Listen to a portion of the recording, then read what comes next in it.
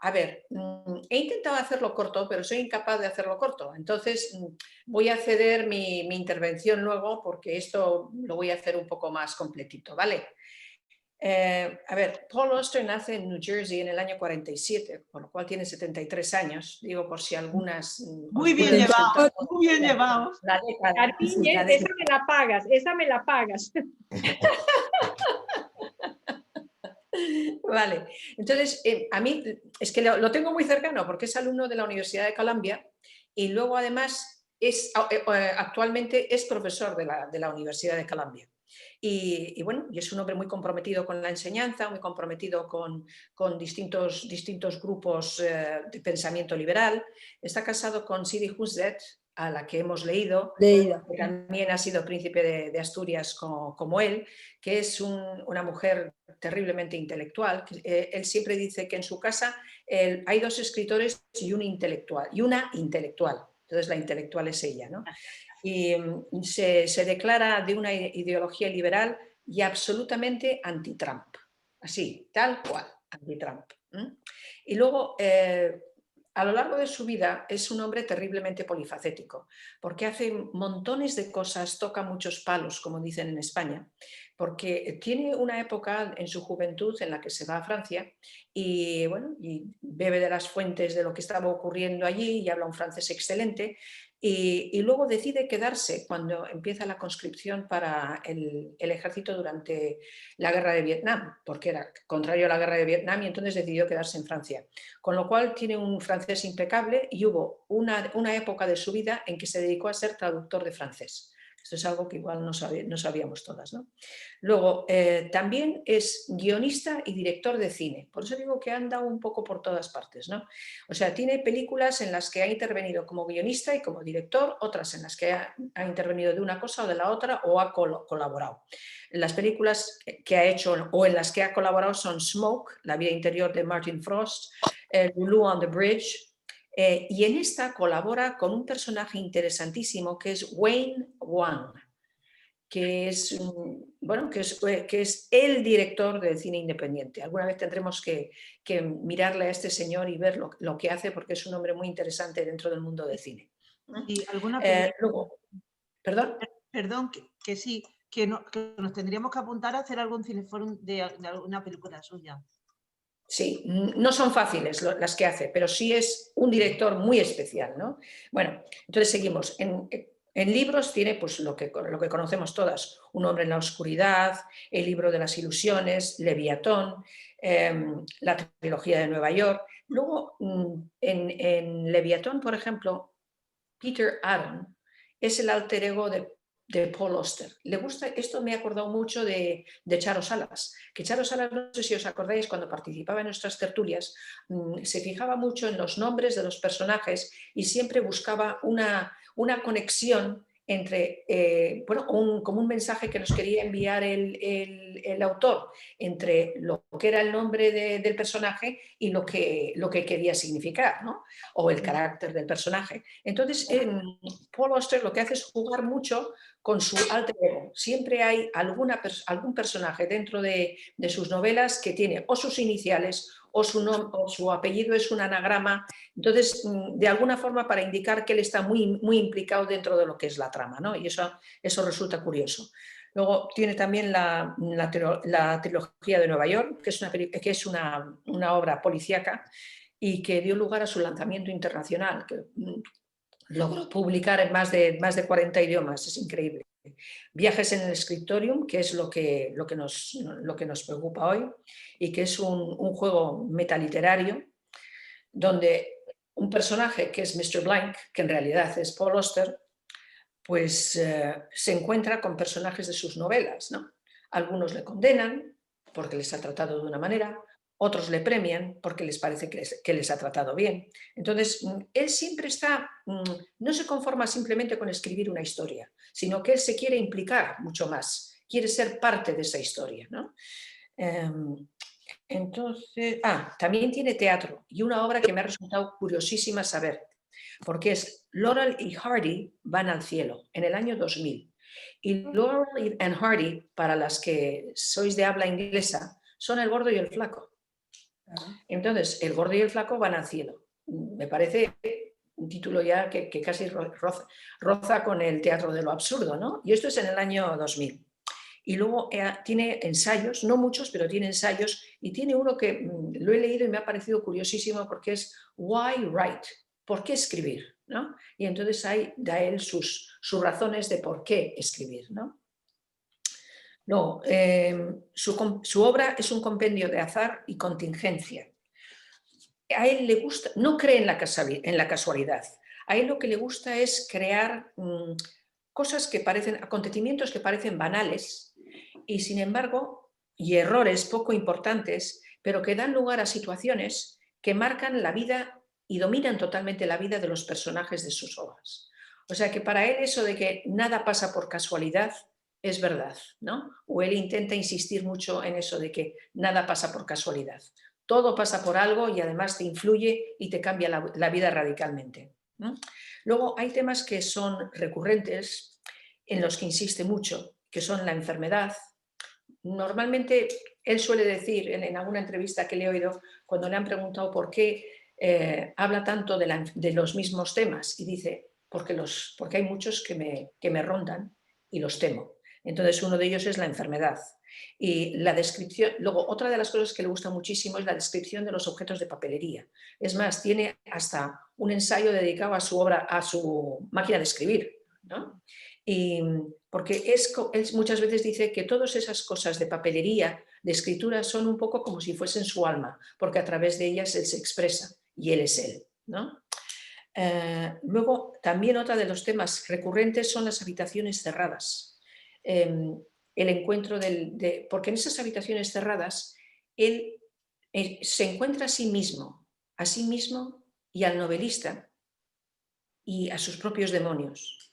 Ya en 1987, en la trilogía de Nueva York, parte de ello es una habitación cerrada. Y bueno, y en Viaje en el Scriptorium, que es del 2006, vemos claramente que es una habitación cerrada, ¿no? El estilo. A ver, él admite tener una enorme influencia de Kafka y de Samuel Beckett, del irlandés maravilloso Samuel Beckett, creador de Esperando a Godot. Y además dice, del teatro del absurdo, claro, y además dice, tuve tanta influencia de él en una época que me costó salir, porque no podía escribir nada que no tuviese una influencia devastadora de Samuel Beckett. Y a mí eso me ha parecido bonito que un hombre de esta talla llegue a admitirlo, ¿no? Luego... es muy famoso por sus frases, por sus sentencias.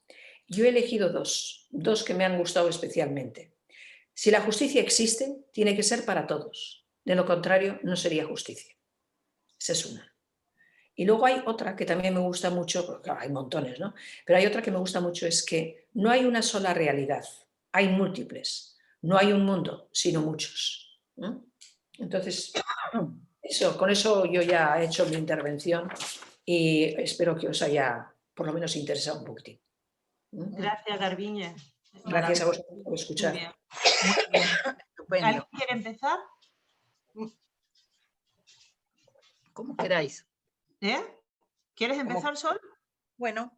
Es que te he visto como con intención. Sí, estaba agarrando el pelo, pero una villa me puso que están tan mal.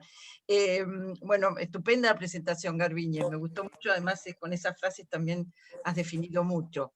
Esta novela corta del Viaje por el Scriptorium, que bueno, que en el mismo nombre pues nos remonta un poquitito a lo que significa el Scriptorium, a la Edad Media, ¿no? Los monjes que hacían el Scriptorium era donde los monjes pues reproducían los libros, escribían sus libros, los pintaban, etc.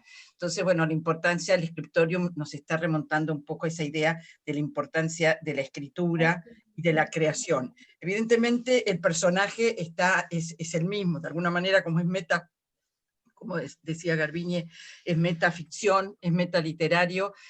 Acá estamos viviendo, bueno, el personaje es el mismo autor, y bueno, él está lidiando con su obra, con su creación y con su misma conciencia, un poco ese viaje que hace es el viaje por su mente, ¿no? Hace un recorrido y yo ahí al tema de la enfermedad agregaría que hay un poquito un tema a la vejez también, ¿no es cierto? Porque él a lo mejor está llegando, pues ya superado los 70, también hay un tema de la memoria, de la creatividad, en fin, siento como un poco de miedo a esa etapa. Y él, y bueno, lo veo muy teatral, es una obra, veo muy teatral, evidentemente claro que ha hecho teatro y cine, y también perfectamente se podría representar, no sé si no se representó en teatro o en cine, pero en cine porque es un solo sitio, y bueno, con este personaje y los otros que van entrando, que son todos estos personajes de sus novelas, ¿no? Y la conciencia del escritor, y acá está un poco también eso de ciencia, perdón, de realidad y ficción, no ese cuál es la realidad y cuál es la ficción, y sus personajes entran, me recordó mucho a Unamuno en ese sentido, a Nívola, ¿no? A Niebla, y ese de Augusto Pérez que se enfrenta a su mismo autor, ¿no? A Unamuno, y aquí son sus personajes que se enfrentan a él, ¿no? Que no sabe por qué está ahí, y va recordando y reconstruyendo, y bueno, es como una estructura cerrada, ¿no? Porque ahí vemos que empieza y termina de la misma manera, y es como volver a iniciar, es como su mundo va a ser ese cuarto, y su vida en el fondo, en ese metanivel, va a ser esa misma ficción.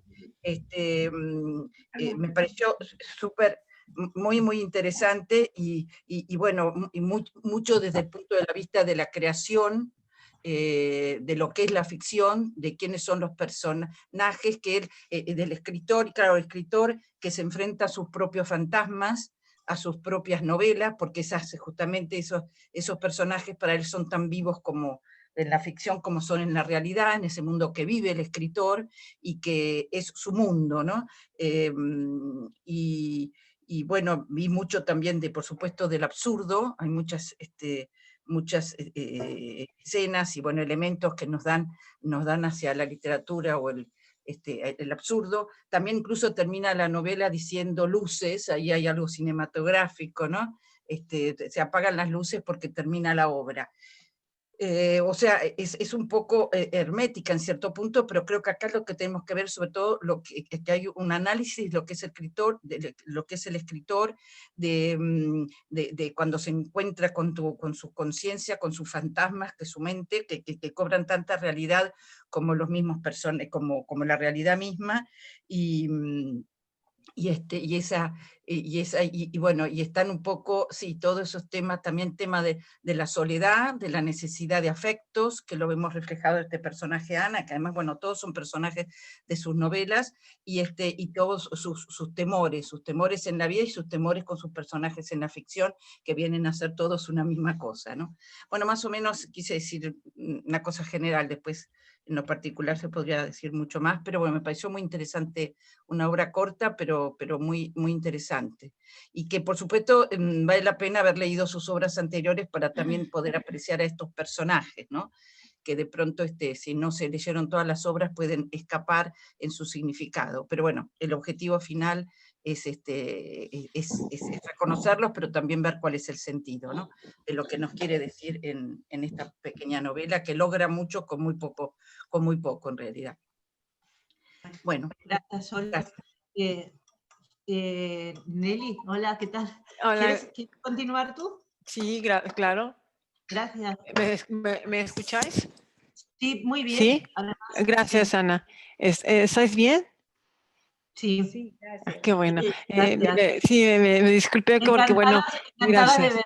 Sí, gracias. Lo que pasa es que tuve algunos otros seminarios al mismo tiempo y no había tenido la oportunidad de encontrarnos, pero he estado al pendiente con toda la información. Muchísimas gracias. Y bueno, yo no quiero hacer muy extensa la intervención, pero se me hizo un autor extraordinario.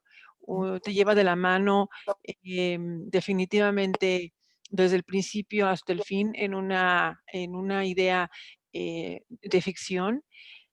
Siento que el mismo autor ha reflejado lo que él ha vivido, ¿no? La enfermedad, estar en un cuarto solo, no sabemos, o yo no sé exactamente su vida personal, el tipo de enfermedades o situaciones por las que ha pasado, pero yo creo que él refleja lo que él en algún momento ha vivido, ¿no? Entonces, esa soledad en el que te levantas en algún momento cuando estás enfermo y no sabes ni dónde estás, ¿no? Por la anestesia, por las pastillas, por todo, ¿no? Entonces, la manera de cómo te lo lleva es muy fácil. Yo creo que es un autor muy, muy recomendable y sobre todo que hasta es irónico. Yo sentí esa ironía de la misma vida. Es irónico en la manera de que te hace reír. Te hace reír y dices, es que es cierto, ¿no? Yo hice algunas anotaciones, por ejemplo, quiero ser breve, la lectura dice, la desgracia alcanza a todos los hombres y cada ser humano hace las paces con el mundo. Entonces yo creo que es cierto, ¿no? Todos nos ha llevado queremos aventar la toalla y al final no nos queda más remedio más que decir, bueno, paz, el mundo no tiene la culpa, ¿no? Somos nosotros los mismos que llevamos esa finalidad. Es un autor extraordinario. No puedo más que decir, más que muchísimas gracias por quien lo haya recomendado. De alguna de vosotras no supe, quise preguntarle un par de veces a Ana o a Cristina, que fue una recomendación extraordinaria y que leeré algunas otras de las obras de él. La adicción yo creo que es interesante y sobre todo que hace la parte de como si fuera un guión, una parte de una novela, parece que está en el teatro como de ese, ay, no me acuerdo el nombre, Sol, y pues muchísimas gracias por la recomendación y porque, bueno, estamos desafortunadamente en esta manera de distanciamiento, pero que sois encantadoras y aprendo mucho por parte de vosotras. Eso es todo. Gracias, Nelly. Jane, ¿quieres hablar? Sí, Qué bien. tengo que decir, al empezar de leer este libro, no he sabido que los personajes vinieron de sus otros libros. Y al principio, el relato me ha gustado muchísimo. Era una escena misteriosa. Señor Blanc en una habitación que no reconocía y sin memoria de su misma identidad.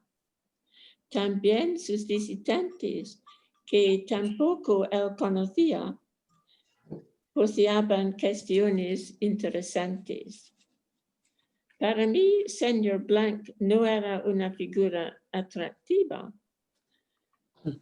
Con sus demandas sexuales a Ana y más tarde a Sophie.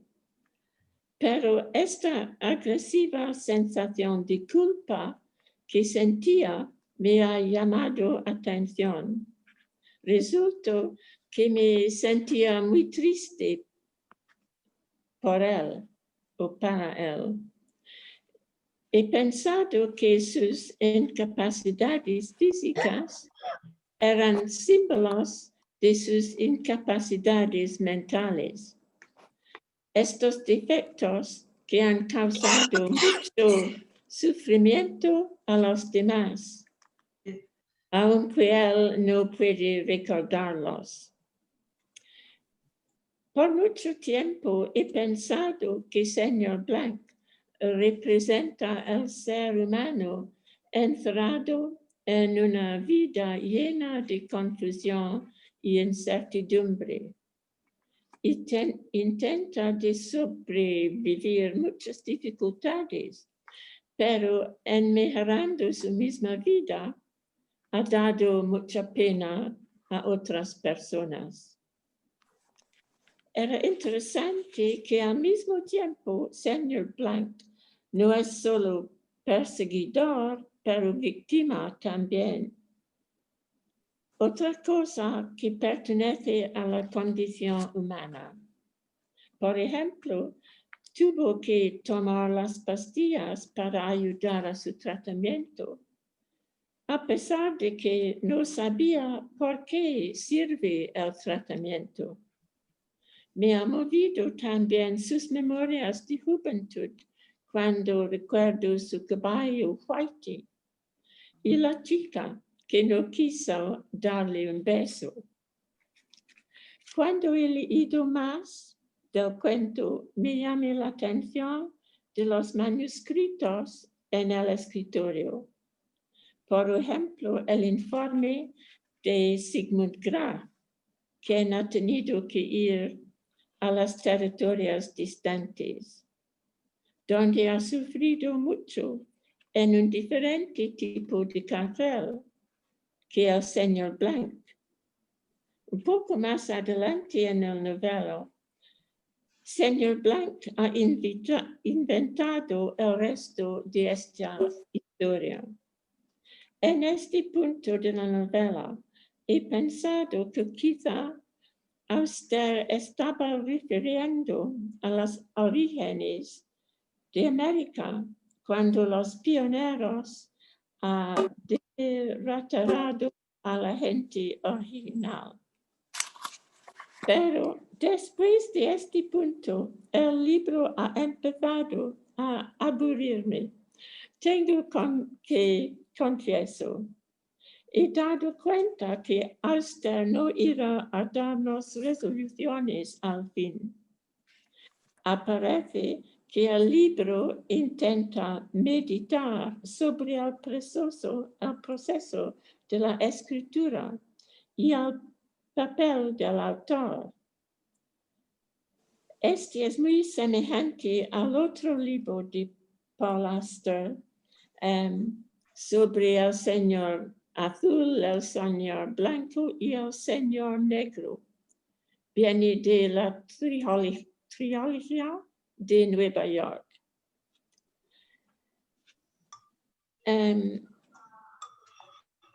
José. Quizá vinieron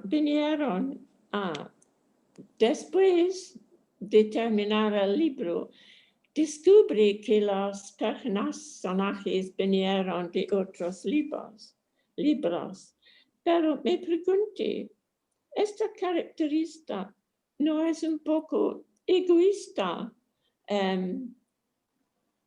de Paul Auster? Claro, conozco que es muy postmoderno, pero no es la verdad que Magritte ha hecho algo similar años antes con su pintura Este no es una pipa, que también llama la atención al artista. Vale, es todo. Y supongo que vosotros van a convencerme que estoy equivocado. Vale. Gracias, Jane. ¿Alguien quiere? ¿Blanca? Yo prefiero escuchar un poquito más para no ser Vale, me repetitiva. parece estupendo. Minina tiene la manita levantada. Sí. Bueno, lo que más me llamó la atención que un libro de 138 páginas nos dé tanto tema para discutir, para hablar. Es genial. A mí en un momento me pareció que había un libro dentro de otro libro, porque el ensayo, ese informe, da para mucho cuando se lo deja por la mitad escrito y Blanc tiene que continuar relatando todo lo que piensa de los personajes. Es la última novela de Paul Auster, ¿no? Y establece un juego con la obra anterior. El protagonista encerrado, ¿no es la última novela? No. No. Lo hemos leído 4321. Ah, No, yo no. Pensé que era la No. última novela y es más, pensé que Paul Auster se estaba retirando de la literatura. No, Qué va. no, por Dios. Escribió mucho. 7 años sin escribir y sacó 4-3-2-1. Que son 4 en una. Perdón, pero lo que pasa es La que yo tengo con su autógrafo. No sé si ¿Quiere decir algo, Cristina? ¡Wow! no, ¡Qué bien! todo mi orgullo, ahí está, todo mi orgullo. Cristina quiere decir algo. no era con referencia a lo que decía mi Nina, y que él, cuando escribe este libro, anuncia que esta va a ser su última novela. Eso es lo ¿sí? que, sí, Él lo eso anunció. es lo que él había dicho. Yo, Pero evidentemente después no fue así. Por eso es como que da esta impresión a lo mejor. Claro. como este alter ego está en su vejez, está en la parte más senil, sin memoria, sin poder caminar, y empiezan a visitarlo todos los personajes de las otras novelas de Paul Auster, y él no los reconoce, pero él lo que tiene es un sentimiento de culpa muy grande cuando los ve. Algo les hizo a todos, inclusive a Ana, que es tan dulce con él. Pero en esta novela nos trae también al recuerdo del libro de Luigi Pirandello, Los 6 personajes en busca del autor. Claro. Acá estos 6 personajes no le proponen, sino que buscan al autor para que los ponga en escena. Es lo mismo que mencionaste. ¿Quién mencionó a Unamuno? Tú lo mencionaste, ¿no? Sol. Con Niebla. Mencionó Niebla. En Niebla es más real, porque el personaje lo que quiere es dejar de ser personaje, es que quiere ser real. Entonces lo pone contra la pared al autor. Y acá vienen los personajes a incriminarle al autor cosas que el autor no recuerda, pero algo les hizo. Perdón, mi Nina, una cosa que decís que perfecto, lo Pirandello, hay un personaje que le pide que recuerde el sueño que tuvo en un momento dado, porque solo es él si recuerda ese sueño. No me acuerdo cómo se llama el personaje, que eso evidentemente los de Pirandello es así. Si no consiguen un autor, no van a existir. No, claro, no existen, lo necesitan. Y este libro tiene, en un momento dado me confundí y recordé los libros distópicos que hemos leído, los libros de sociedades distópicas, porque realmente en ese momento que tienen que pasar un límite, pasar a un lugar que está en el desierto, donde las sociedades son diferentes, es toda una distopía que no se entiende mucho quién gobierna, si un conjunto de hombres, no se entiende demasiado quién está gobernando el país. Los mundos ficcionales siempre son mundos en sí mismos, pero tienen sus propias reglas, y este también las tiene.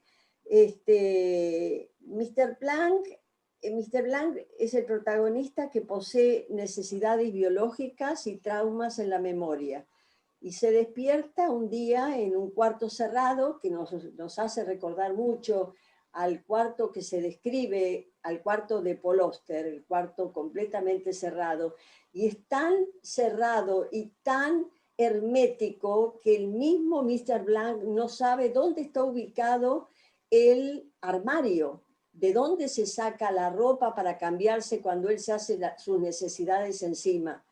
Mr. Blanc no sabe si la puerta está cerrada con llave, no le intenta, le habla, uno de los personajes le habla de un jardín que parece que existe porque él escucha el canto de los pájaros, pero no se anima siquiera a trasladarse con ese sillón de rueditas hasta la puerta para tratar de abrirla. Vive en un estado culposo, patológico, Mr. Blanc.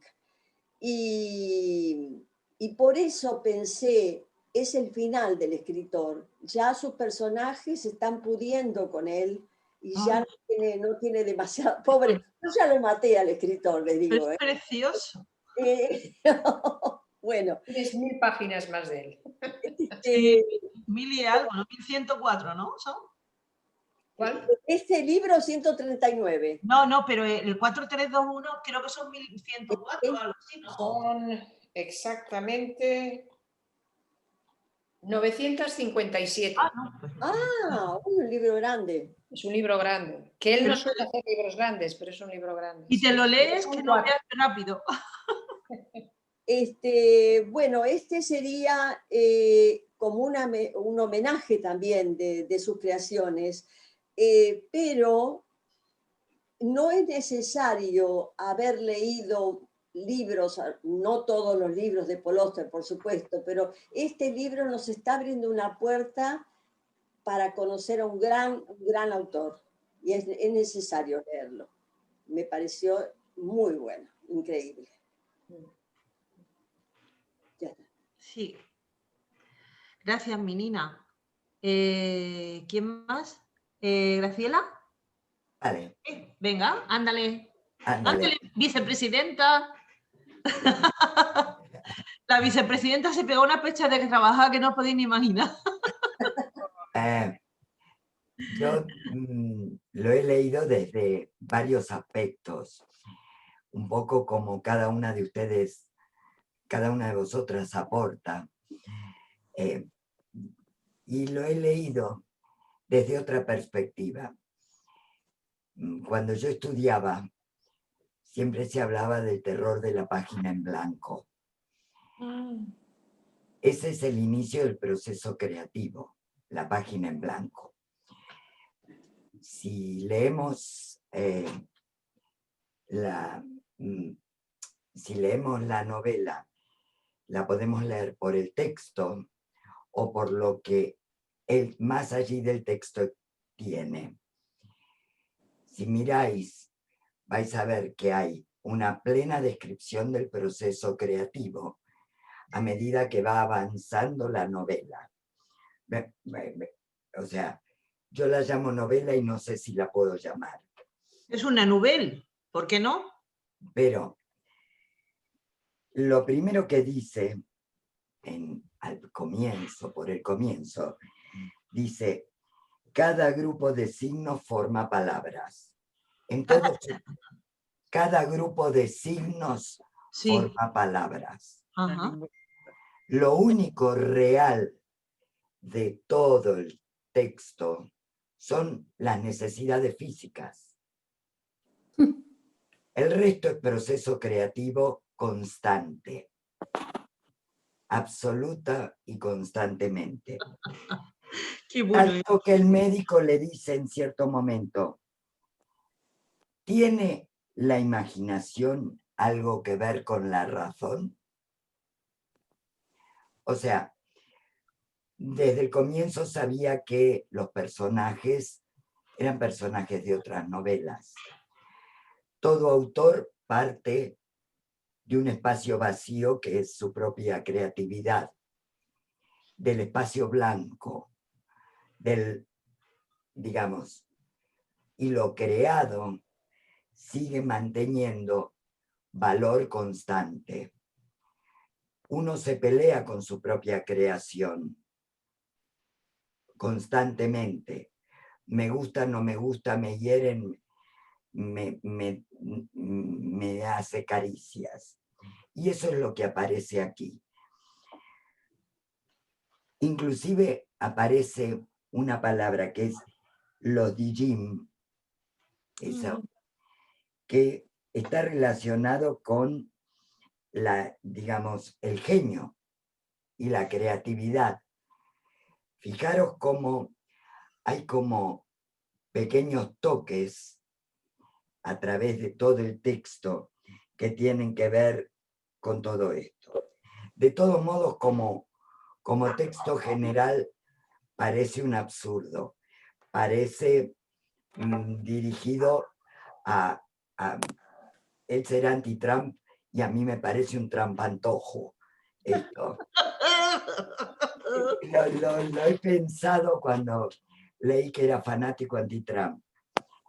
Y me recordaba los guiños de Spielberg en su manera de escribir, cuando Spielberg muestra en cine, por ejemplo, las zapatillas Nike o el chocolate Hershey o cosas por el estilo, donde pretende publicitar ciertas otras cosas. Por eso me junta, se me junta todo junto en un texto de extrema sencillez, porque es muy fácil leerlo, pero tiene un intensísimo contenido para mí, realmente. También él dice en cierto momento, es que Mr. Blank es gente de orden. O sea, pero gente de orden que pretende ordenar su propio pensamiento y su propia creatividad para mí. Y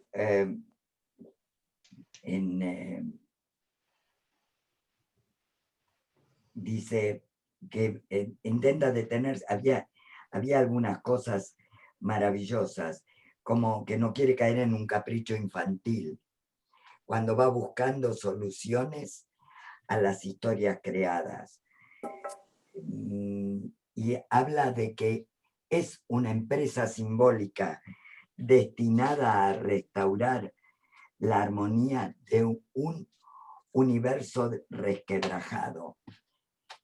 Todo esto son frases o pequeñas sentencias que he sacado del libro.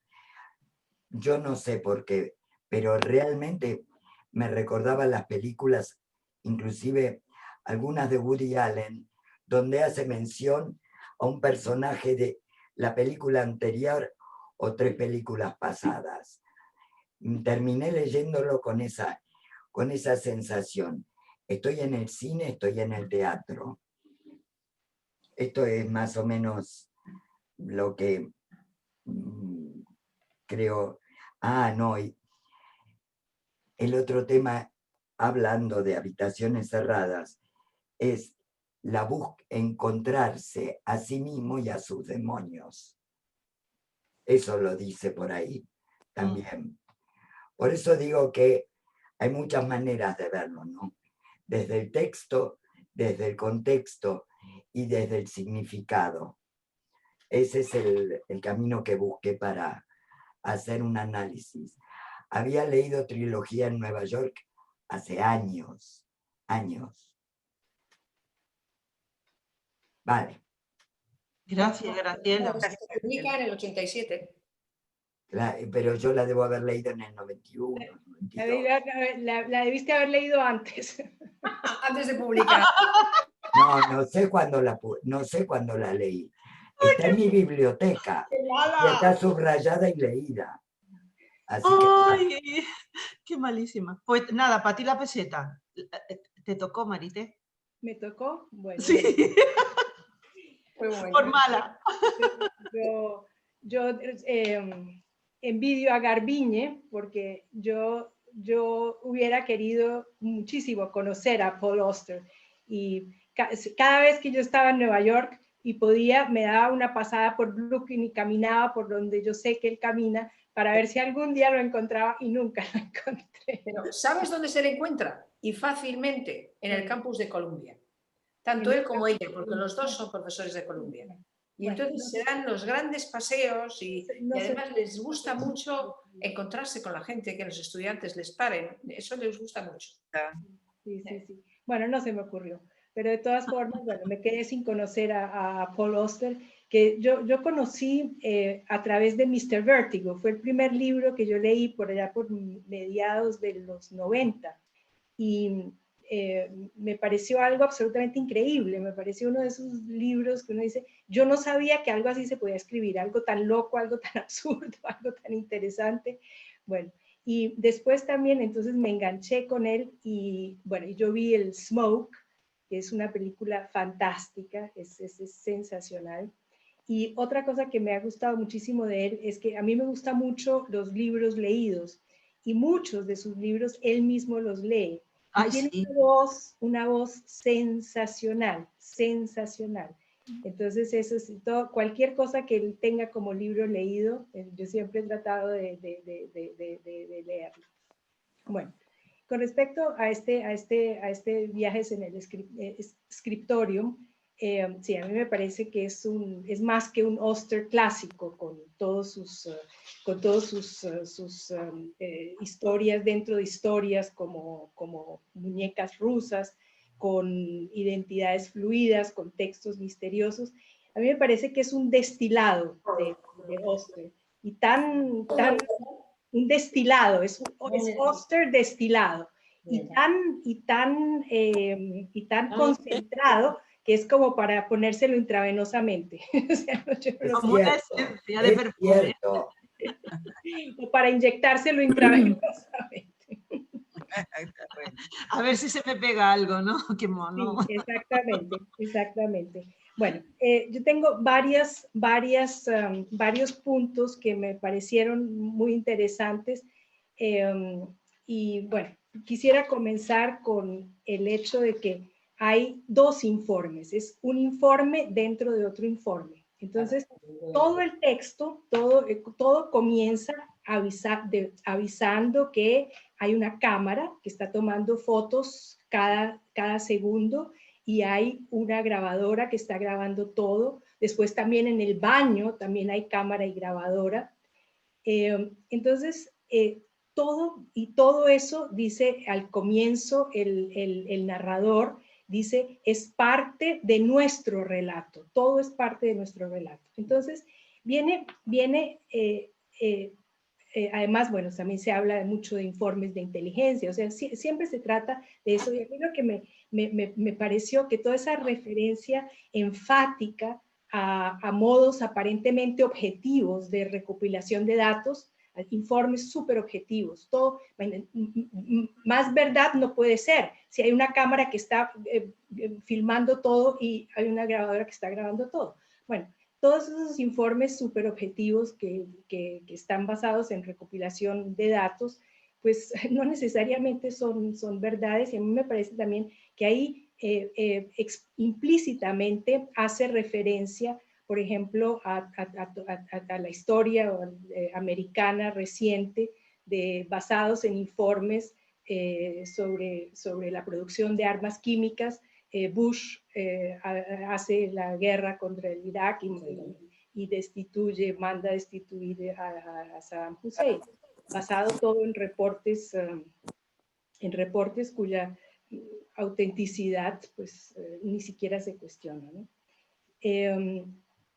Y también, bueno, también este reporte, dentro del reporte, especialmente toda la historia de Sigmund Graf, también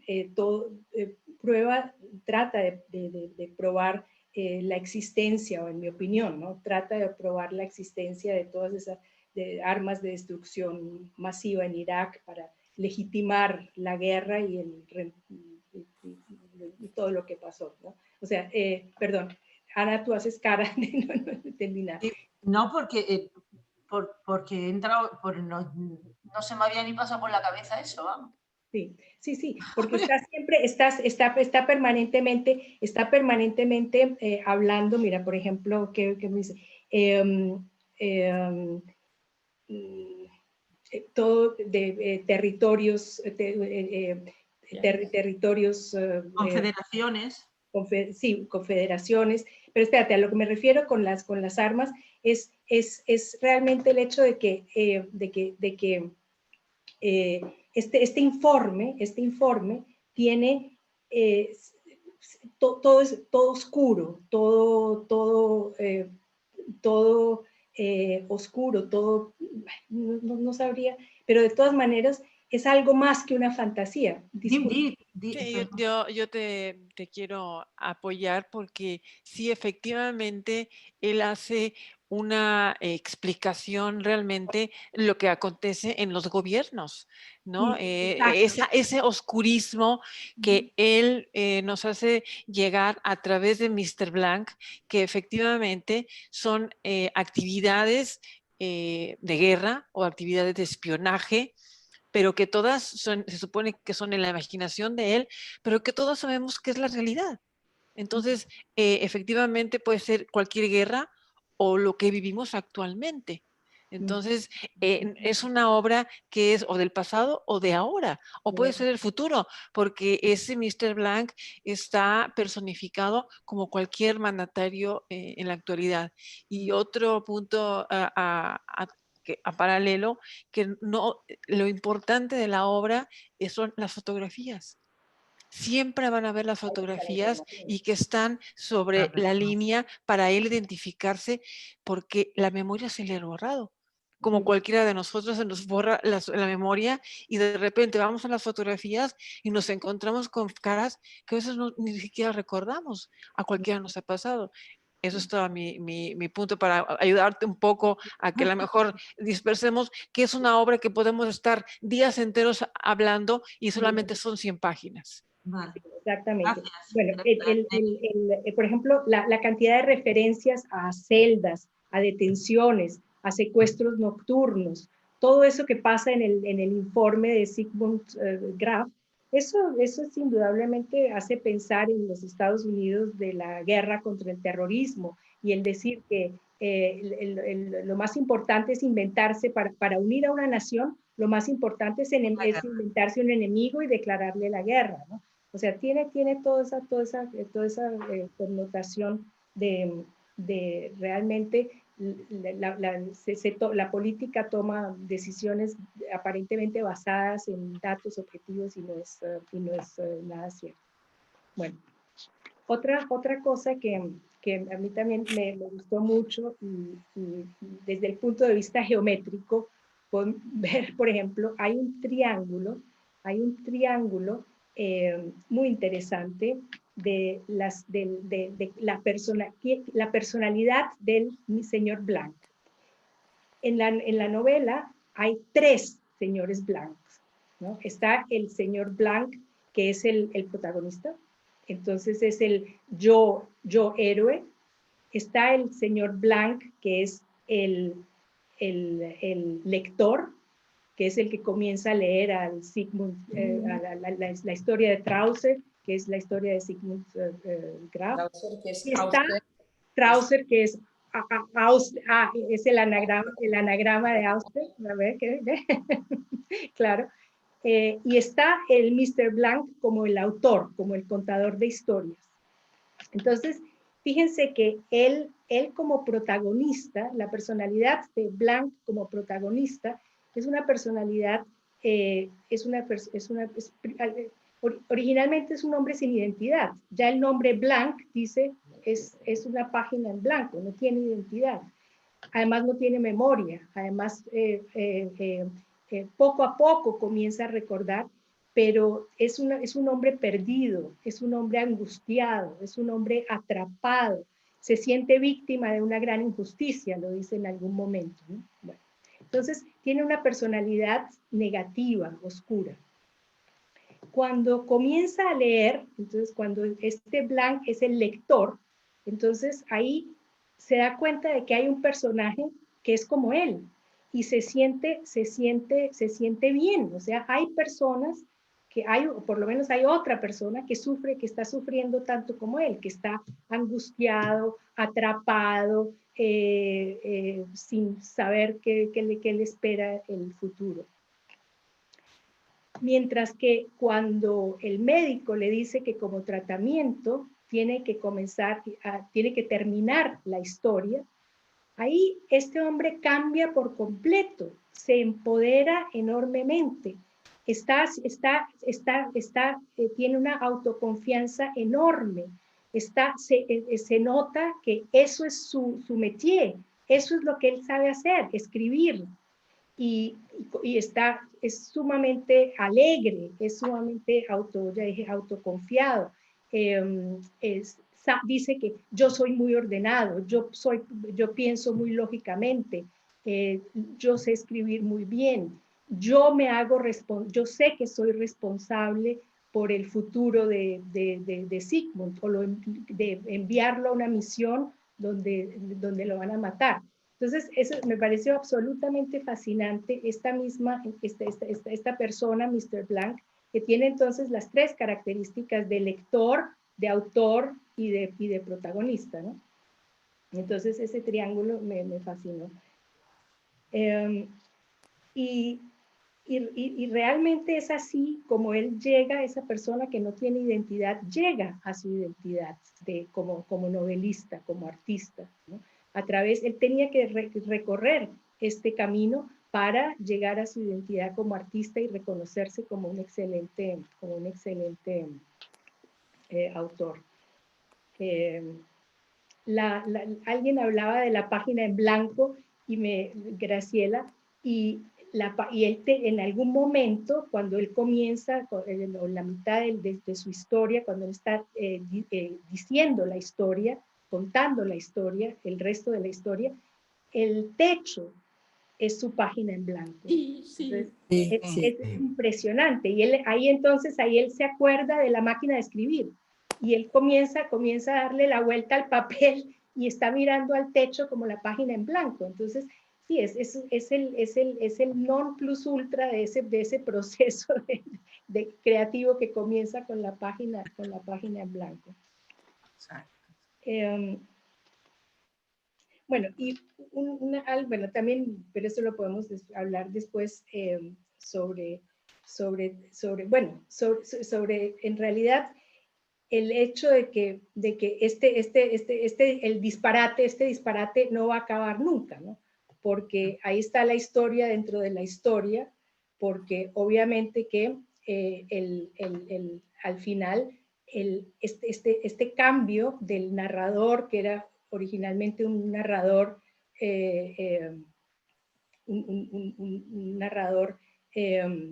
omnisciente, diría yo, cambia a un narrador en primera persona, en la última página. Sí. Entonces, exactamente en ese instante uno se da cuenta, y por eso Jane, por eso ha debido gustarte, porque exactamente en la última página, entonces uno se da cuenta de que en realidad el narrador es Fanshawe, por lo menos yo lo interpreté como Fanshawe, y bueno, y ese disparate no termina nunca porque Mr. Blank está condenado a quedarse en el mismo escritorio, porque leyendo el mismo libro donde él es el personaje y él es el escritor del libro. Entonces, y el problema es que no hay salida, o sea, por eso la puerta no tiene relevancia, porque no puede salir por la puerta. No existe la posibilidad de salir por la puerta. Bueno. Sí, dejémoslo ahí. Un detalle. El título, la transtextualidad o literatura, ¿no? Literatura. Ya en el título, Viajes en el Scriptorium, existe un pequeño relato de un autor francés que se llama Javier de Mestre, de 1795, que se llama Viaje por mi habitación. Y casualmente yo me acordé que ahora, con lo del confinamiento, se habló de libros para leer durante el confinamiento. Estaba Viajes que al final yo no lo leí, Viaje por mi habitación. Y además también, yo me acuerdo, pero no lo encontré, Auster en alguna de sus obras, y yo pienso que es en el Lawrence y Hardy van al cielo, que él habla de una película que se llama Viajes en el Scriptorium, y habla también de un escritor, dice que escribió una novela que se llama Viajes en el Scriptorium, y el narrador le dice, y esa es su mejor novela. O sea, ya hace muchísimos años, él ya tenía en su cabeza que Viajes por el Scriptorium iba a ser su mejor novela. Bueno, lo dejo. Blanca. Si quieres, Ana, digo algo yo ahora. Sí, Cuando quieras, cuando Pero, ya ¿por qué no salgo yo entera, sino en un cuadradito aquí abajo? Porque Bueno, como tengan las imágenes, Blanca, yo te veo y veo a todas las compañeras. Es que Vale, y te vemos pues entera. entonces no me importa nada. Está estupendo. Bueno, ¿habéis oído una frase más absurda del teatro del absurdo, en este caso de la literatura, que esta? a ver, ¿Cuándo fue la última vez que alguien tomó una fotografía de una persona que no existiera? Es tremendo, ¿no? Sí, sí, es tremendo. Bueno, a mí el libro, la verdad que me ha encantado. Me ha encantado. Y me ha encantado la estructura del libro. Parece que ha hecho filigrano a este hombre, inclusive en un tablero de ajedrez, porque es algo que da un jaque mate cuando quiere a cualquiera de sus personajes. Entonces, curiosamente nadie ha pronunciado, o sea, ha expuesto que también narra contenidos que están ocurriendo en este momento o que a lo mejor son legendarios. Por ejemplo, lo de la justicia, cuando hay este personaje que se llama Mac Norton, que le juzgan porque ha tenido una tremenda pelea con alguien y le juzgan y dice el juez que le declaran no culpable porque era en legítima defensa. Pero entonces, cuando eso pasa, hay mucha gente que se siente pues desilusionada porque encuentra que el agravio fue tremendo y entonces empiezan a correr los bulos y dicen que han sobornado a los jueces, que hay alguien que ha sobornado a un juez. Eso es muy, muy de ahora también, ¿no? De lo que ocurre en la política de algunos países. Y también los fake news. Eso también tiene que ver con los fake news. Y ahora se habla mucho de eso, me parece, ¿no? Bueno, volviendo al personaje, pues está perdido, como su nombre dice. Y él no recuerda, por ejemplo, si a Ana, si se casó con Ana, si la mató, si la asesinó, no lo sabe. Sin embargo, es la persona con la que más quiere estar, ¿no? A mí el libro me ha encantado, como digo, su estructura, me encanta su lenguaje, que no es nada complicado, ni ostentoso, y se entiende muy bien. ¿A ti no te parece? Me estás negando, sí, ¿verdad? Sí. Sí, bueno.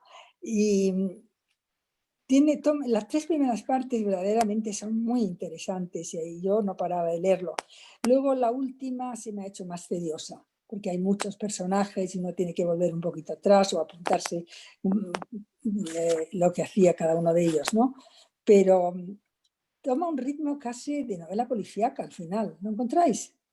A mí me ha parecido eso, van a ver y se encuentran con un horror. Él va a ver porque el ministro de Gobernación le ordena que vaya y parece mentira que él no se acordara que iba a haber horrores, ¿no? Y es espeluznante lo que le describen en las colinas de todos los muertos comidos por los insectos. Es tremendo. Y no sé, yo voy a encontrar que al final es como muy policíaco esto. Pero a mí me ha encantado la estructura, como digo, cómo ha construido este hombre este libro con tantos personajes, con tantos quehaceres. Yo qué sé, me ha parecido fantástico. Y de momento no voy a decir nada más. Muchas gracias. Muchas gracias, Blanca. Cristina quiere tomar la palabra, ¿no? Sí, seré breve. Vale. No he leído toda la obra de Paul Auster, ¿no? Pero sí he leído algunas. Cristina, ¿puedes hablar un poco más duro? ¿Y ahora? No más duro. No, más duro, no más alto, más fuerte. Fuerte. Buena, me encanta. Duro, fuerte, alto. Bueno, no, decía que de toda, he leído algunos libros de Paul Auster.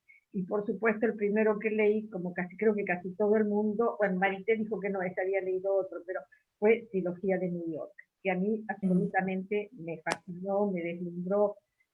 Para mí era como el non plus ultra de la literatura estadounidense de ese momento. Este libro no me gustó tanto. Otros libros de él sí me habían gustado mucho, pero este tal vez porque es tan autorreferencial. Entonces hubo algo como que no me ha convencido del todo, de Paul Auster. tiene un lenguaje impecable y lo que ya se ha dicho, ¿no es cierto? Esto, el señor en blanco, que habría que traducir a Mr. Blank, es en realidad es toda una especie de alegoría de todo el proceso creativo y de todas las dificultades que significa encontrarse con la página en blanco, pero también con lo que uno mismo ha hecho, ¿cierto? Son estos personajes que vienen a buscarlo. Y entonces él hace este juego que es intertextual con toda su obra anterior. Y hay algo que sí me interesó, que es el juego de espejos entre la creación literaria y la realidad. Que esto es a lo que apuntaban Marité y Nelly también con respecto a, bueno, lo que sucedió en Irak, ¿no es cierto? Esta era la realidad. Y entonces la literatura es como un juego de espejos. Y también el significado de las palabras en la creación literaria, que a mí me llamó mucho la atención el tema de los cartelitos. Armario, no se me escucha. El tema de los, es que no te he entendido. El tema de estos carteles, no sé cómo se dice acá en España, las etiquetas estas que va poniendo él, que va encontrando, mejor dicho él, y que en realidad, y que por momentos cambian de lugar. El armario está, no sé, no recuerdo bien, pero cambian de lugar, que la palabra armario está en la mesa. Eso me parece que es la búsqueda de las palabras en la creación, ¿no? Es muy importante porque están presentes todo el tiempo. Él trata de sacarlas, las saca todas, coloca, y todo él me parece que es como una gran, obviamente es una gran reflexión sobre la creación literaria. Y también es importante la figura de el narrador, que lo que decía antes Marité, el narrador, el lector, etc. Y lo que decía Blanca también coincido, pero no solo al final, desde el comienzo, a mí me pareció que esto era un thriller. Siendo Paul Auster, uno piensa trilogía de New York, ¿no es cierto? Toda esta cosa que él va creando. Y a mí estas son las cosas que me interesaron en una novela que vuelvo a repetir, no me fascinó. De todas maneras, quería leer dos declaraciones de Paul Auster, y con esto termino. Él dijo, normalmente cuando en Viajes por el Escritorio se publica, él da varias entrevistas, y en una de ellas dice, normalmente tengo las novelas en mi cabeza durante muchos años antes de ponerme a escribirlas. El caso de Viajes por el Escritorium es distinto. Surgió de la nada, como por ejemplo, un día tuve una visión de un anciano en pijama que calzaba zapatillas de cuero. Era una imagen hipnótica que no me podía apartar de la cabeza. De pronto lo entendí. Aquel anciano era yo dentro de 20 años. Esa imagen fue la que generó la novela. Y también dice, crear personajes no es una acción gratuita, es algo que entraña una responsabilidad. Y eso es lo que abordo en la novela. ¿Qué significa dar vida a un ente de ficción? Lo paradójico, dice Auster, es que si el libro que se escribe es bueno, las criaturas imaginarias estén destinadas a tener una vida mucho más larga que la de su creador. Claro. Y esto es lo que además se dice en el libro, ¿no? Así que, bueno, esto nada más. ¿Puedo agregar hacer una pequeña, decir una cosita de lo que dijo también Cristina recién? Esto de las palabras, que mencionábamos los cartelitos, yo creo que hay en él una especie de juego lingüístico, quizás, no sé si él está formado en el estructuralismo, pero el hecho de que el signo es arbitrario y que las palabras se pueden utilizar de acuerdo a lo que quiera el creador. Pues justamente la mesa puede ser armario, el armario mesa, claro, de acuerdo. Por eso las cambia de lugar. Por eso las cambia de lugar. Pero además, eso que dice, que además por escrito, cada grupo de signos forma una palabra. Exactamente. Pero por eso no lo asigna a un objeto. Exacto. Al principio lo asigna. Luego, cuando empieza el proceso creativo, quedan libres. Exactamente, ahí está que el signo lingüístico es arbitrario, es de acuerdo a la función que le quiera dar. Sí. Y después eso que hablaba Jane, y bueno, me parece que Marité también, el tema de que hay mención a la política, a mí me recordó un poquito, porque también hay al futuro, ¿no? A un mundo feliz en cierto sentido, de Aldous Huxley, al hablar de los primitivos, y después toda la imagen que tenemos de ellos es una confederación, son lugares desconocidos, y habla de los primitivos que viven afuera, ¿se acuerdan? Como los salvajes en un mundo feliz. O sea, está hablando también de la posibilidad de un mundo futuro en que sigan las mismas atrocidades, el buscar al culpable, el enemigo, etcétera, pero formado como por una confederación, un ente un poco abstracto. No sé, me recordó un poquitito eso. Y esto de que está encerrado en la habitación, exactamente lo que decía Cristina, de que sus personajes son inmortales, porque los personajes en realidad sobreviven a los autores, porque siguen repitiendo su vida siempre, porque son justamente, es como en el de ¿cómo se llama? Bioy Casares, ¿no? El de la isla. Que no, exacto. O sea, ahora, Ya sé cuál dice. Sí, ya es bueno, que es súper conocido. Que lo leímos hace años en una tertulia. La invención de Morel. La Sí, invención de Morel, correcto. Él repite, están destinados a repetir siempre su misma historia, y está la culpa, por eso es la responsabilidad y la culpa que tiene el autor. Pero el encierro ese, que como bien decían, es la página en blanco, porque su destino es como creador, es volver a escribir. Él no habla de libertad. Él sabe que ese es su destino y es su único destino, porque es creador. Él lo que le interesa es crear, no le importa que la puerta esté abierta, irse y marcharse, no, porque él se encuentra, eso es todo, todo lo que tiene atrás, todo lo que ha escrito, todo lo que ronda en su mente, pero la página en blanco es el nuevo acto de crear, es su nueva novela, es su nuevo reto, y no creo que lo haga infelizmente, porque él sabe que es su destino. El cuarto en sí no le importa, lo que le importa es que va a empezar de nuevo a crear y ser responsable de otros personajes, de otra historia. O sea, que no está sufriendo en sí el encierro, o sea, en ese último momento, él sabe que su destino de escritor y de creador es ese cuarto y esa página en blanco. Gracias, Sol. Quedamos Garbiñe y yo. Yo no quedo, perdona, yo no quedo porque yo ya he dicho que, vamos, con lo que decía al principio, redondeaba un poco lo que yo pensaba del libro sin entrar en más detalle, porque sabía que lo ibais a hacer las demás, y como ya he ocupado un espacio, ya te lo cedo. Solo tengo una pregunta al final. Luego cuando hagamos tertulia, ¿quieres? Sí, solo tengo una pregunta. Bueno, pues quiero decir que un día fui al mercadillo de piel de mariposa, ¿sabéis dónde? Que ahí venden pues muchos libros usados y muchas cosas. La tienda. Sí. A la tienda de piel de mariposa, y entonces pues me encontré este libro. Me lo leí y me quedé fascinada por lo que yo encontré en él. Pero me empeñé en que viniera una tertulia porque sabía que yo me estaba perdiendo otras muchas cosas que seguro que vosotras ibais a encontrar, ¿no? Y entonces por eso propuse el libro. Otra vez. Ana, que yo siempre digo que las recomendaciones son anónimas. Ya, pero es importante. ¿Por qué? Porque realmente tenías razón, ¿verdad? Es que es fascinante todo lo que habéis hecho y todo lo que habéis dicho. Y aún así, lo que a mí me llenó del libro, creo que sí se ha tocado en varias cosas, pero no se ha profundizado en él.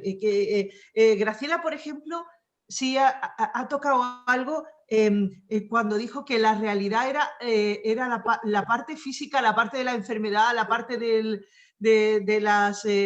comer, de ir al baño, del bañarse. Las necesidades. Exactamente, lo que era lo más humano, lo más ahí prosaico, ¿no? Digamos. Sí. Y sin embargo, a mí todo esto me ha llevado a que ¿qué pasa con un escritor? ¿Qué pasa con una persona que está metida en una habitación tantas horas al día y que su vida, la mayor parte de su vida, de su aventura, de su selva, de todo es los libros que escribe y los libros que lee? Eso es lo que le ocurre realmente a Paul Auster, y es lo que realmente nos ocurre a muchísimas personas que ahora mismo en pleno confinamiento no estamos mucho peor de lo que estamos habitualmente. Pues sí, ¿por qué? Porque yo estoy en esa habitación blanca, vamos, Paul Auster está en esa habitación blanca, aunque es un tipo que también, como dice Garbiñe, sale mucho, va a la universidad, pero realmente cuando uno tiene la producción que tiene este señor, tiene que haber leído tanto, tiene que haber escrito tanto, tiene que haber estado tantas veces dentro de él mismo y dentro de los personajes, dentro de un mundo que no es el comer, beber, que no es lo exterior, sino que es aquí dentro, es en la habitación de aquí, ¿no? Y eso era lo que más me había quedado a mí en la cabeza del libro. Luego, por ejemplo, Jane tocó el tema de que ella al principio se sentía emocionada con el libro porque parecía un thriller. Y a mí me pasó eso, pero luego me dejó de pasar y luego, verás, empezó que me parecía un thriller, porque está contado así. ¿Qué le pasa a este hombre? No, es algo misterioso, ¿no? Luego dejó de ser un thriller, porque me di cuenta que no era algo verdadero, que no era tangible lo que le ocurría, ¿no? O de lo que estaba hablando, de donde estaba el misterio, no era algo tangible, porque todos eran personajes, esa gente no había existido, y entonces pues era algo en la mente. Y luego me pregunté que por qué algo que está ocurriendo solo en la mente no puede ser un thriller, ¿no? Y al final acabé pensando que sí que lo era, ¿no? Y que realmente tiene un desencadenante, un final que sí, en el que conocemos quién es el que escribe, que es importante, y en el que se nos dice algo que le ocurre a Paul Auster en el momento en el que él como escritor se convierte en personaje, y es que efectivamente no va a morir jamás, porque ya se ha convertido en personaje, con la maldición que tiene eso, de Por que... eso es un thriller. Claro, efectivamente. La maldición que tiene de que va a estar como, pues eso, repitiendo otra vez cada vez esta cosa cíclica de la que hablabais también, y que le ocurre a los personajes propios, ¿no? Una cosa que me ha inquietado muchísimo y que no he conseguido saber lo que es, y que seguro que vosotras que sois la caña sabéis, ¿por qué no encuentra el armario? ¿Dónde está el armario? ¿Por qué está empeñado en que hay un armario si realmente no hay un armario en la habitación? Ay, hay una listilla, Graciela. No, yo tengo una idea. Yo creo que el armario es el espacio del pensamiento, sí, que se junta con lo real. probablemente. Y es muy difícil juntar lo creado con lo real.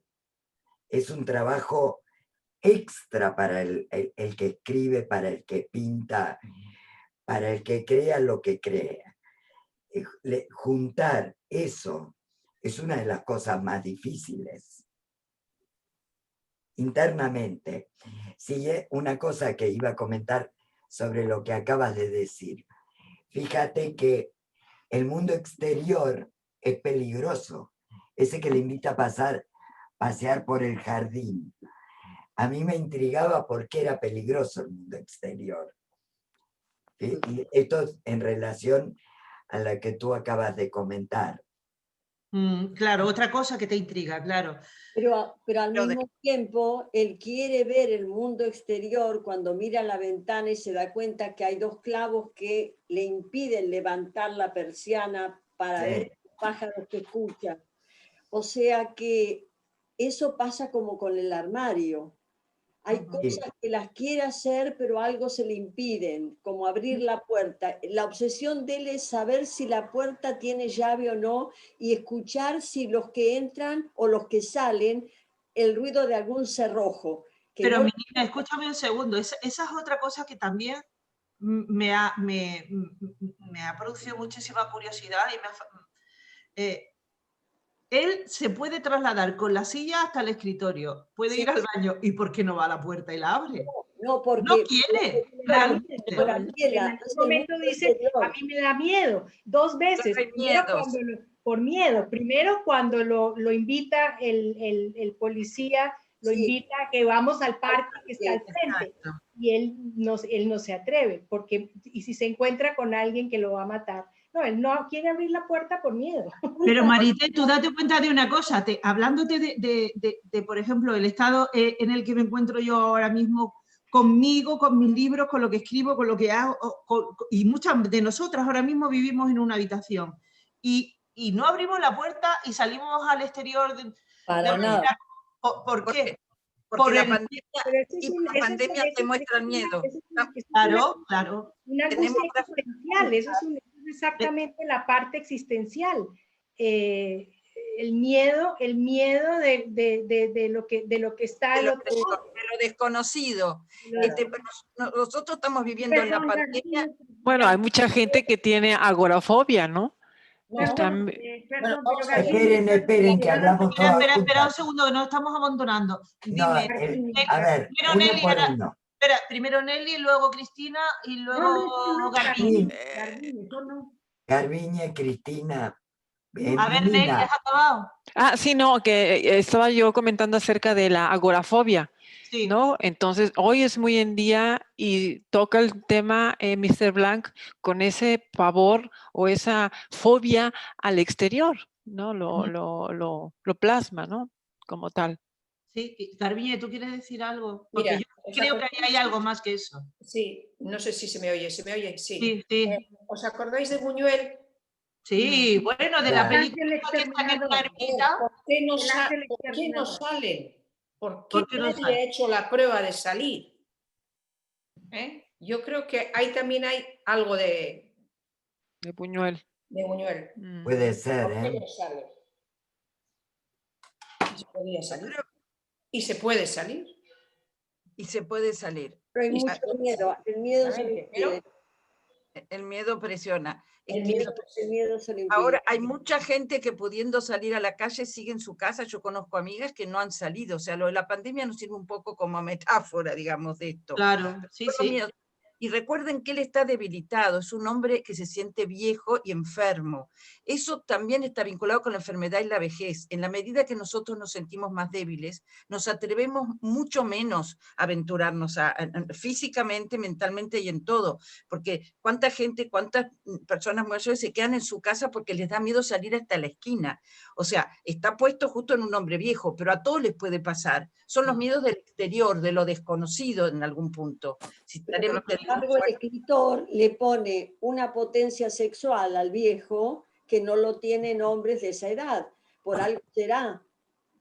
Claro, es verdad también. Porque quizá no sea tan viejo. No sea tan viejo, claro. No sea tan viejo. Es cierto. Es la única alegría que te permite. Es muy potente, no sé. Bueno, pero le dice Ana, o no le dice Sofi, usted es un viejo verde. Pero yo también fui un joven verde. ¿No? Sí, es cierto. Que le dan a la mañana y a la noche, que le dan los colores diferentes de pastillitas. A ver, Blanca quería tomar la palabra. Que es interesante que por dos veces en la novela insiste en que se es viejo de 70 a 100 años. ¿Sí? Dos veces. Dos veces. Se es viejo de 70 a 100. ¿Verdad que sí? Sí. Aunque dice que eso no es importante a su vez también. O sea, que la edad no importa, dice. ¿No? Yo tenía una pregunta, que es niña, ¿verdad? Pero este efecto recurrente del anagrama recordando su nombre, las iniciales recordando su nombre, sus personajes, siempre no es un excesivo yo. Sí, aparte, él se nombra el mismo genio. Es bastante narcisista. Es narcisista. A ver, pero ¿qué artista no es narcisista? Pero ¿Qué artista? Todos son narcisistas. Espera. Ahora, un momentito, Cristina. Ahora la pregunta. No, que todos son narcisistas. Todos los artistas son narcisistas. A ver, aunque sean narcisistas, no están recordándose a sí mismos de una manera Por supuesto. a través de todas sus obras, ¿no? Estoy Claro. hablando de la literatura. A ver, Cristina, tú Todas. Todos. tienes la palabra, Cristina. No, yo creo que realmente Paul Auster, por lo menos en esta novela, bueno, también en trilogía. Más duro, Cristina, por favor. Más duro, Cristina. Más duro. Me hace gritar, Marite. No, decía que él es narcisista. Es como muchísimas otras gente. Todos tenemos un poco de narcisista, salvo que, no sé, que no. Pero me parece que en esta novela él es marcadamente narcisista. Y no necesariamente todos los autores son tan narcisistas. Todo el mundo, de alguna manera, cuando cualquier artista pone mucho de su yo y de su propia... Claro, pero en este caso está muy, muy marcado. Eso es lo que a mí me parece a la pregunta de Garbiñe. Yo quería decir una cosa, que hay mucha gente, muchos críticos que critican, valga la redundancia, a los autores que se les nota el autor en su obra. Paul Auster a mí me da permiso para que se note el autor en la obra. Y a mí me parece divertidísimo que se note el autor en la obra y además de una manera curativa, o sea, que escribir sea algo curativo, ¿no? No sé si en el cine lo han hecho. En el cine lo han hecho Hitchcock y Woody Allen. Lo que iba a decir, exactamente iba a decir yo, o te gusta o lo odias a Woody Allen. Es exactamente lo mismo. Hay gente que no soporta a Woody Allen o a Hitchcock. Sí. Yo decía el hecho de que aparezcan en sus películas. Claro. Sí, Claro. es que son geniales. Además hay gente que dice que no aparecen en sus... Pero eso yo no me lo creo, porque uno escribe de lo que conoce. Claro. Aunque se documente, luego lo tiene que mezclar con lo que uno tiene dentro para poderlo escribir. Es que es imposible. Pero, María Eugenia, es físicamente a lo que yo me refiero. Claro, claro. Aparecen físicamente por unos segundos tanto Hitchcock como Woody Allen. Ah, sí, claro. Es como las meninas Velázquez, ¿no? Pero, sí. o ponele, Borges aparece muchas veces, pero muchas veces el personaje que aparece de Borges no es Borges. Le pone el nombre de Borges, pero es personaje, y no necesariamente es él. Pero bueno, hay autores que sí que se colocan. Yo no sé si es narcisismo, no lo llamaría tanto narcisismo. Que se colocan en español de España significa...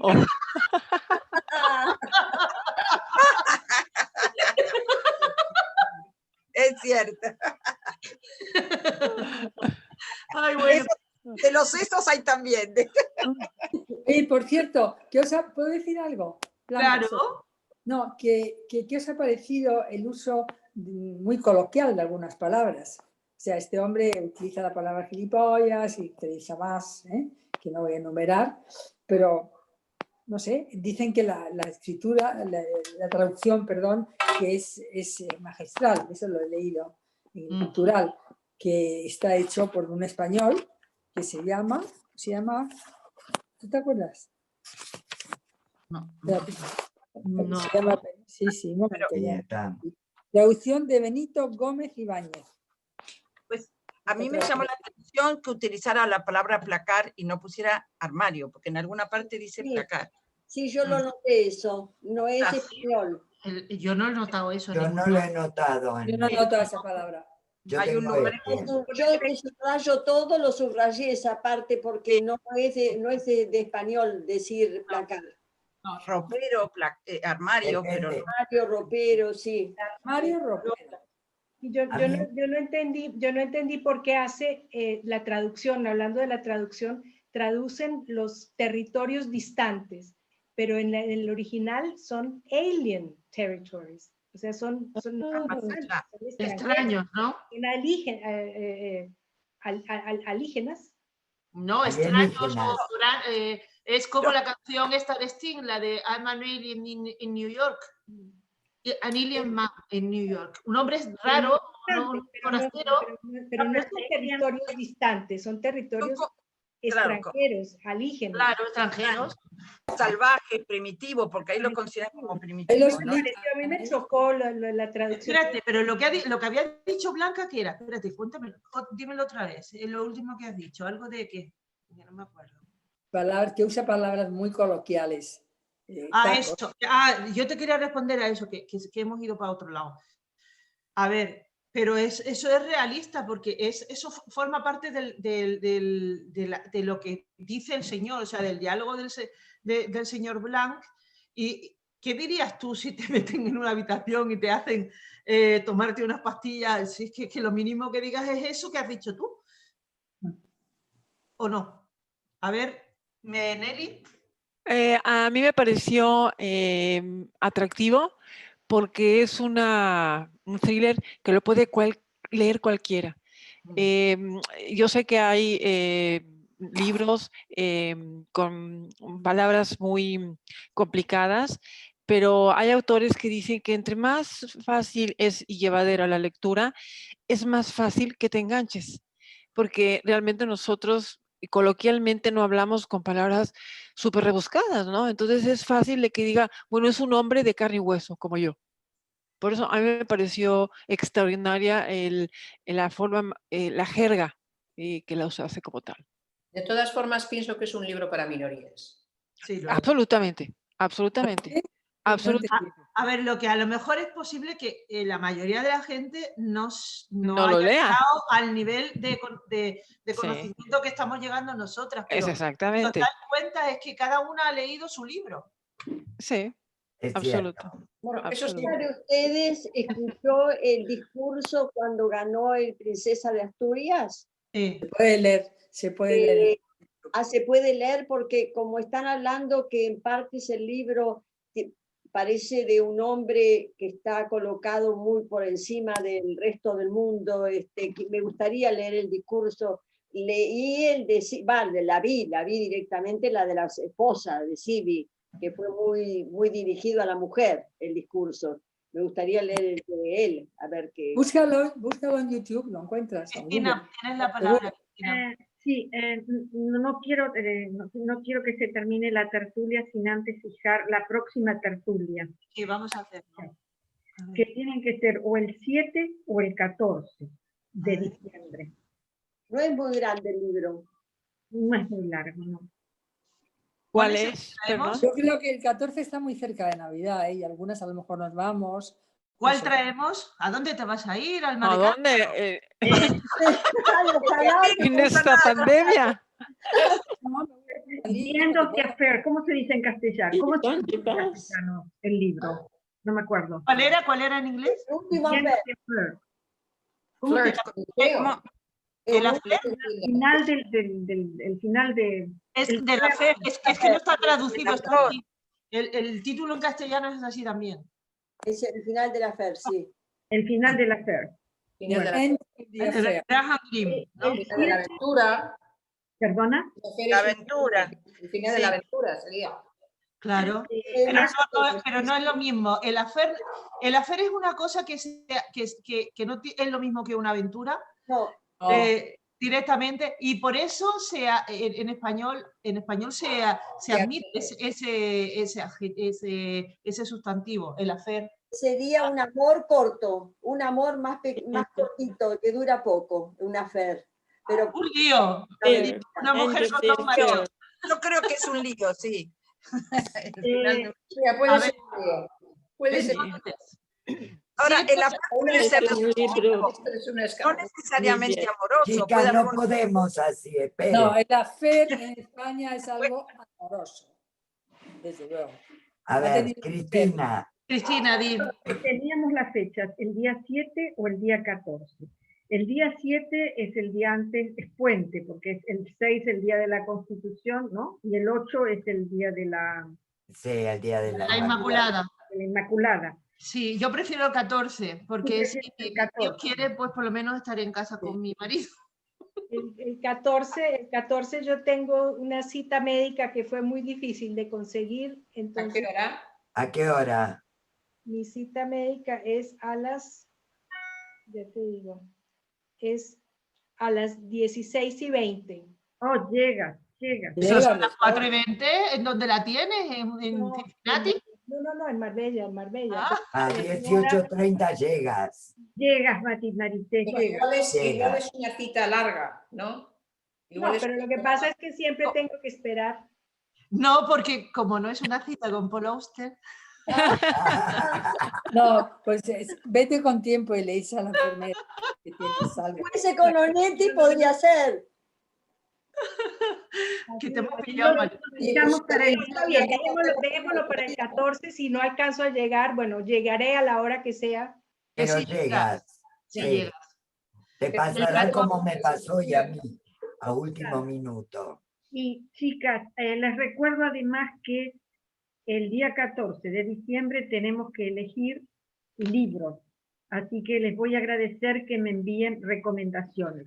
Recomendaciones de libros que ustedes hayan leído. Eso es muy importante. No porque alguien les recomendó, no, es importante que ustedes lo hayan leído. Y como siempre digo, aunque algunas como hoy Ana dijo lo que había recomendado, pero siempre se mantienen anónimas. Salvo que como Ana, lo que quieren decir, este libro lo recomendé yo. Ay, no, gracias. Perfecto. Es que Pero Oye, Cristina, ¿te puedo hacer una pregunta? sí, cómo The End no. of the Affair, ¿no lo hemos visto en el cine? ¿Perdona? Sí, hay una película. Hay una película que yo no me End of acuerdo the si era con Affair. Jeremy Irons o alguno de estos. Oye, ¿quién se ha No, es ido? una película Que no sé inglesa muy quién se buena. ha ido. Mi Nina Ah, desapareció. se ha ido, mi niña se ha caído, sí. Bueno, Jane, ¿qué te ha parecido la tertulia? Mira, yo he aprendido mucho.